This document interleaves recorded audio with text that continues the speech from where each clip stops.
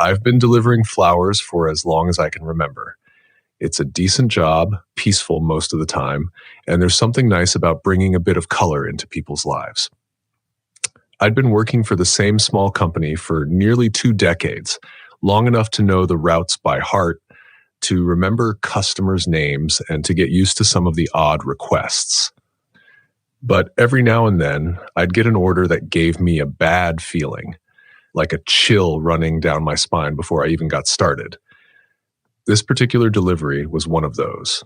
The order was for a large bouquet, lavender roses, lilies, a touch of baby's breath, meant for an elderly woman at a local retirement home. I'd done plenty of deliveries to retirement homes before, but something about this one felt different. Maybe it was the quiet of the afternoon or the heavy gray sky pressing down as I drove. I tried to brush it off, telling myself it was just a standard delivery. When I got to the retirement home, it was late afternoon and the place seemed emptier than usual. I walked in and there was hardly anyone around. No receptionist at the front desk, no nurses in the hallways. The silence felt thick, almost like the building was holding its breath. The smell hit me next, a mix of antiseptic and that distinct, musty odor you only find in places where time seems to stand still. I'd smelled it before, but today it clung to me like a warning. I started down the hallway, checking the room numbers against the delivery slip. Each step echoed down the corridor, the sound almost swallowed up by the strange quiet.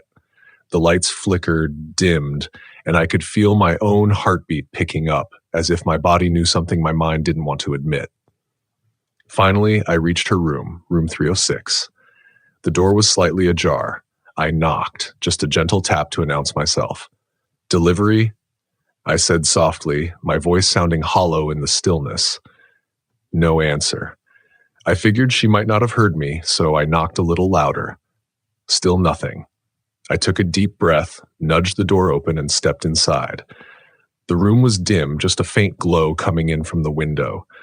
The curtains were half drawn, casting long, eerie shadows across the bed and the faded wallpaper. There she was, lying on the bed, a small figure under a heavy quilt, her face turned toward the ceiling. I smiled, hoping to see her open her eyes and react to the flowers.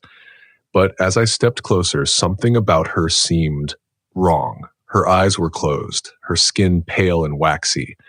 She looked as if she were sleeping, but there was a stillness to her that felt unsettling, a sort of stillness you can't fake. I stopped, the bouquet heavy in my hands. I tried to call out again, a little louder, feeling the cold sweat forming on my brow. "Ma'am, your flowers are here." Nothing. No movement, no response. A strange sense of dread crept over me, the kind you can feel in your bones. I set the flowers down on a small table beside her bed, trying to keep my hands steady. The silence in the room felt suffocating, pressing down on me with a weight I couldn't ignore. I took a step back, intending to leave, when I thought I saw her chest move, just the faintest rise and fall. I froze, watching her, hoping I just imagined it. I waited, my pulse pounding in my ears, staring at her face, which was so still, so empty. And then, out of nowhere, a faint creak echoed from the far corner of the room. I turned, feeling my skin prickle as I scanned the shadows. Nothing. Just an old worn chair with a pile of blankets thrown over it. But I couldn't shake the feeling that something was there, lurking just beyond the edge of my sight. I turned back to her, and that's when I noticed her eyes.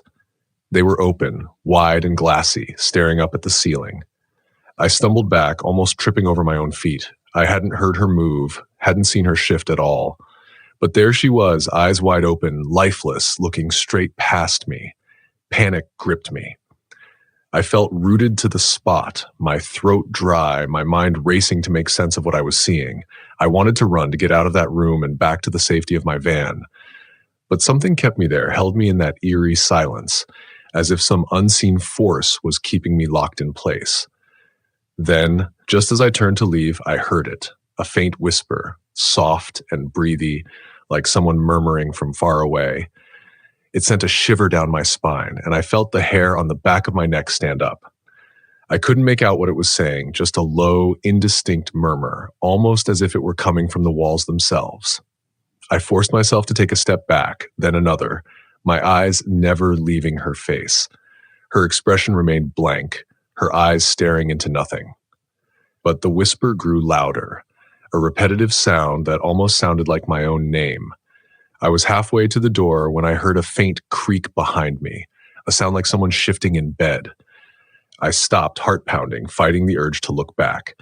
But something made me turn just for a second, and that's when I saw her, still lying there, her face turned toward me, eyes wide and unblinking. Her mouth was slightly open, her lips forming a shape that looked almost like a smile. That was it. I ran, bolted down the hallway, my footsteps echoing in the empty corridors. I didn't stop until I was outside, gasping for breath, the cold air hitting me like a slap to the face. I didn't even look back at the building as I got into my van and started the engine, my hands trembling on the steering wheel. I drove back to the shop in a daze, the memory of those glassy eyes burned into my mind. I never told anyone about what I saw, never reported it to the home. I didn't want to go back, didn't want to face whatever had happened in that room. But I can't shake the feeling that she's still there, lying in that bed, her eyes wide open, watching, waiting. And every time I get another delivery for that retirement home, I find a way to pass it off to someone else. I haven't set foot in that place since, and I don't plan to, because some doors once opened are best left closed.